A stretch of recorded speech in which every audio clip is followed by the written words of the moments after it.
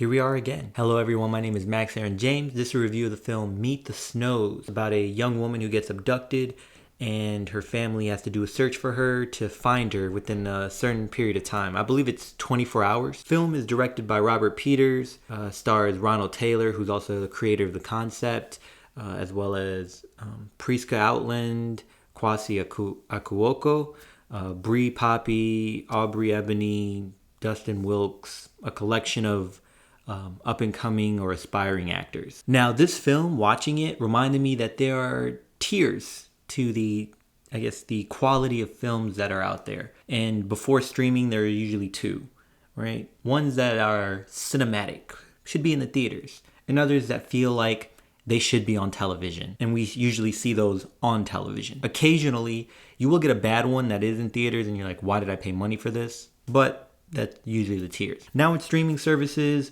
at least where we are now, it does feel like there are those films that go straight to streaming that sometimes they feel, oh, I'd watch this in theaters. It was good enough to watch in theaters, has that kind of quality. And others that feel like, I'm glad I didn't pay for this. This movie kind of falls into the films that you'd kind of see on MTV, VH1, BET, Fox, so those kind of things. Maybe just slightly better than Lifetime. Now, before I get into the bad, it does get fun. The movie does become fun in the last two thirds of the film.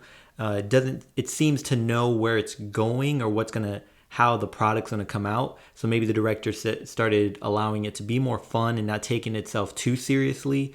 And maybe the people recognize that if they continue doing what they did in the beginning of the film, it would be worse than it is. And the thing is that it's not just one issue with the film. It's not just the directing and cinematography. It's not just the acting. It's not just the dialogue and the consistency. It's a collection of these things that make it laughable. Yeah. I do want to say that I recognize that a lot of these people are wanting to break into the industry. Maybe some people, they do not have that much experience or much of a track record to show. They've been doing this for a while, and maybe this is just one of their attempts into gaining that experience, that skill level, and it's good to have that. And I think this is a good stepping stone for them, being a independent film, working with people that maybe You're still going to get these critiques. I'm critiquing this. The reason I'm critiquing this is because I had no intention of watching this, didn't even know about it, but someone I know is in the film and I wanted to support them. So I said, let me go ahead and check this out. And while watching it, I said, I'm going to do a review on this because why not? Now, the older actors do a bit better than the younger actors. They seem to try to work with the dialogue. And I think the dialogue is kind of what took me away from a lot of them, because it seemed like they were really putting effort in. It seemed like they were really trying to make something good out of what was given to them. But the dialogue was a bit cringeworthy. It was a bit eye-rolly. It was too inconsistent. A lot of it was on the nose. Some of it got to the point where I felt that they should have just looked at the camera like I'm doing and just told you what it's about and just told you the message right away, instead of trying to make this film. The actors, the older actors, especially Priska Outland, and in some moments Ronald Taylor, they did pretty good with trying to work with that dialogue. Ronald Taylor being the creator of the concept, bringing up the idea, and possibly a co-writer. I know someone else had a name for co-writer, but it didn't say who the other writer was. I'm assuming it was him. I think that he should have taken time to really look at it, and because his acting wasn't bad, and it seemed like he did well with working what he had. But again, the dialogue just was cringeworthy. The younger actors, again, they don't have much experience. I could see this being kind of like their practice run, the beginning.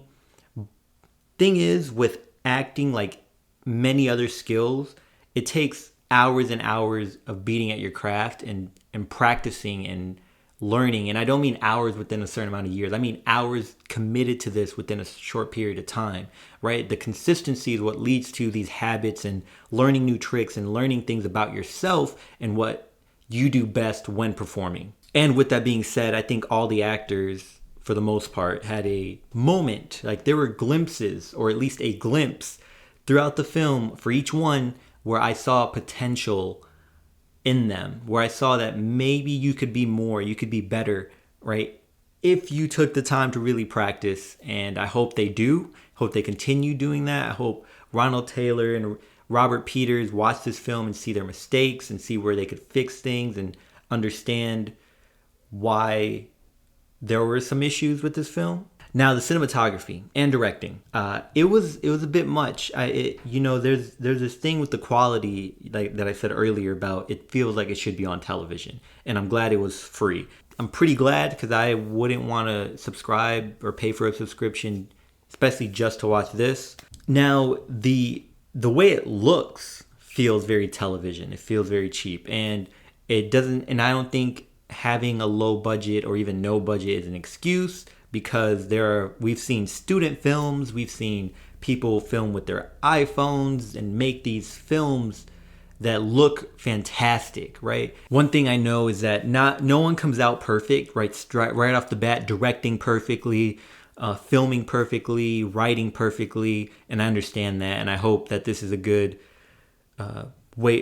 study for them, a good thing for them to look back on. And I really hope, again, they look back on this, because I know a lot of creators don't look back on things that they've made. They just want to make it, put it out, and they're happy. They're content with it. I'm a bit forced to watch my stuff because I edit it. I do all the editing myself. And yes, you might be thinking, oh, that's why it looks like that. And yes, that is why it looks like that. Now, the main character, the Snows, the parents, the dad, he has Jarvis in his car. His Maserati, which he calls Mozzie, is like a super smart Siri, or pretty much Jarvis, hacking into other people's stuff and talking to him as if they've built this rapport, like it's another person. And I cracked up laughing when that was introduced immediately. It was unexpected. I was like, what's going on, or what direction are we going? And I will say that's a slight misdirect with how it started. How it began gave a tone and theme that was very different than what ended up happening for the rest of the movie. And I think that's partially why I feel the first third of the film was being taken too seriously and was being approached differently.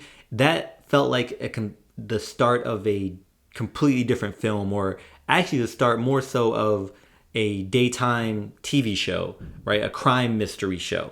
There's one scene, again, this goes with the dialogue, where the dad says, "Wakey, wakey, Mr. Bartender." I laughed really hard at that.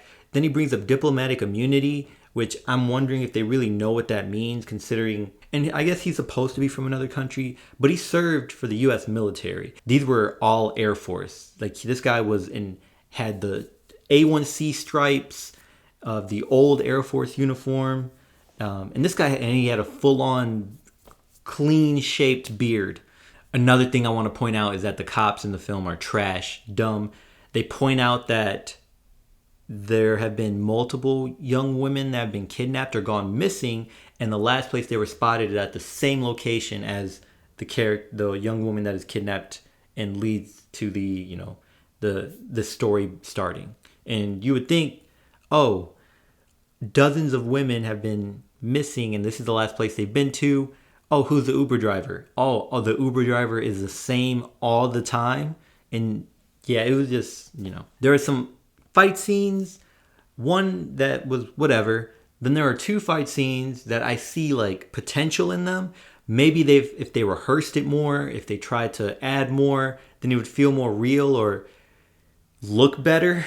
The cuts were crazy. Some cuts didn't make sense as to the positions they were in, and you could tell that they were waiting to be told action, and then they moved, and it looked hilarious. And the fight scenes they could definitely work on. I see that they're wanting to push, and the people that are in these fight scenes that are participating in it want to make something look real. So I think if they were given the opportunity to really rehearse and actually do something that's well choreographed, or maybe bring someone in that is experienced in choreographing a fight scene, then it would look better. This is a very ambitious film, ambitious story to tell, and an ambitious concept to execute with telling the story for people that are relatively new to creating, right? From the actors to the cinematographers to the director, even the writer, and even to the sound people, because there were scenes where you could tell, I very much respect this attempt, and I appreciate the story that was trying to be told, and I appreciate, them, putting effort in, right? Actually creating something. We hear so many people that want to make something, write something, direct or act in something, but never actually work or put effort into doing it. They kind of wait for someone to hand it to them. And so that's something that you should respect in general, because that doesn't happen often. Now let's go into spoilers very briefly. For one, Knight Rider, the smart car, that mind blowing. It had a hat, like a weird hat and weird Transformers Decepticon looking face on the screen. That's that. And again, that kind of, those scenes took me out into another film, into another show. I did like that the parents were low-key spies and have done this before, or dealt with something similar before, not necessarily their child getting kidnapped. And the dad was like a veteran and trained and skilled in some way in the past, and so he was ready to go in on his Liam Neeson, Bruce Willis style thing. And so that was really cool, and I like that concept and approach.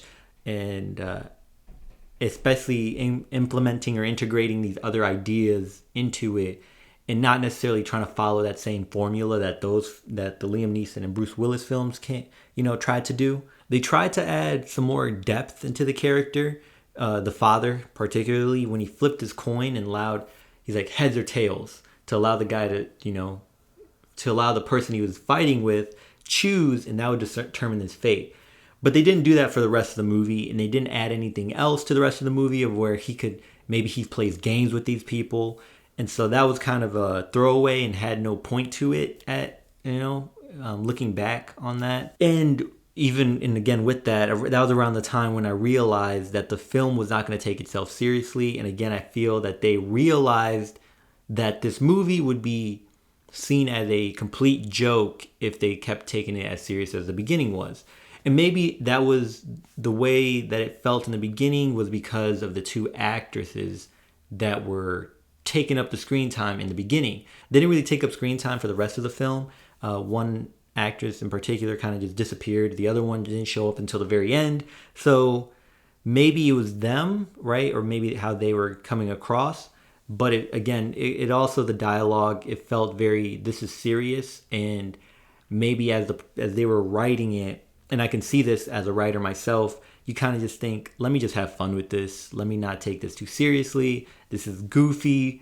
Let's have fun and let's be goofy. One interesting concept I like was where the men were seen as pets, and like women would go into the secret club with their pets, their men, and they could purchase certain men and people, right? And they could, and it was just brief. It was maybe 2 to 5 minutes long, that scene.